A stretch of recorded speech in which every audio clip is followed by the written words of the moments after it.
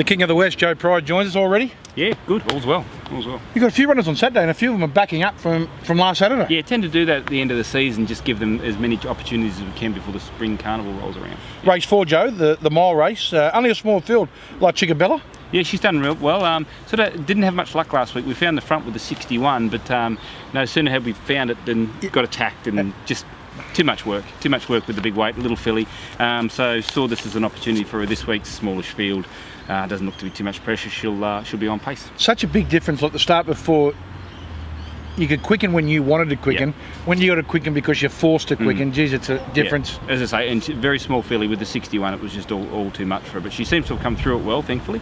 And she has another opportunity there Saturday. Race 6, you got the man of the moment, Jay Ford, on top of Rod. Plenty of winners, Jay. And you're one man who's given him so many rides. Always have. I think, I know Corey's ridden the most winners from me, but I wouldn't be surprised if Jay's actually ridden the second most. I've always been happy to have Jay on. He's a very good jockey, gives you great feedback, and yeah, more often than not rides the horse very well. Before I talk about this horse, Destiny's Kiss, geez, you must be proud of it. No, it was. I was having a bit of a mongrel day Saturday, and I don't know if I've ever been that happy to run a second, because I just sort of thought, God, he was game. There was so much merit in the run, wasn't he? And he just needed something else to go in the race. It can't be him. He can't alter the pace of a race. Harper's quick and put a long distance. Yeah.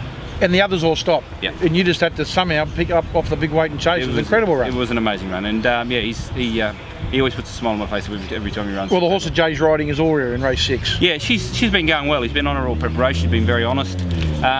This is about her trip. This is about her grade. So I'm sure she'll put in another honest performance. Brook Magic backs up. Nice barrier. Yeah, I thought if we were ever going to try her over a little bit further, the backup would be the time to do it. So she loves a wet track, and that's the main reason why we're there at Ramcon Saturday. I believe it'll be pretty wet again, and a good honest filly who will give a good account of herself. Your gut feeling say that she'll get the 13?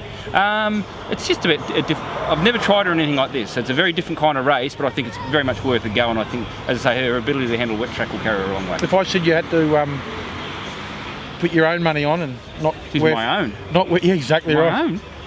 You know the best quote ever on TVN was Ronnie Quinton the day that his horse here was 7-2 to 6-4. I said, Ronnie, you back that?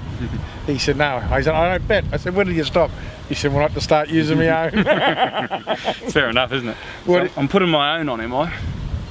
Although John Morris one day did say, when I asked him that question, if you had to put your own on, he said, I'll back Gaze in the 5th. Rest his soul, Johnny boy. Yes. But if you had to use your own on... I'll probably La Chickabella. I think she's a good honest filly with a genuine excuse last start, and she'll run well. Beautiful. And the bunnies? Yeah, on fire, mate. On fire, the bunnies. Couldn't be going any better. You know that if Parramatta hadn't collapsed, the bunnies would be on top of the table because St George got them late and got the... Oh yeah, it's right in it. We'll get there, mate. You get there? It's a long season. Go the bunnies.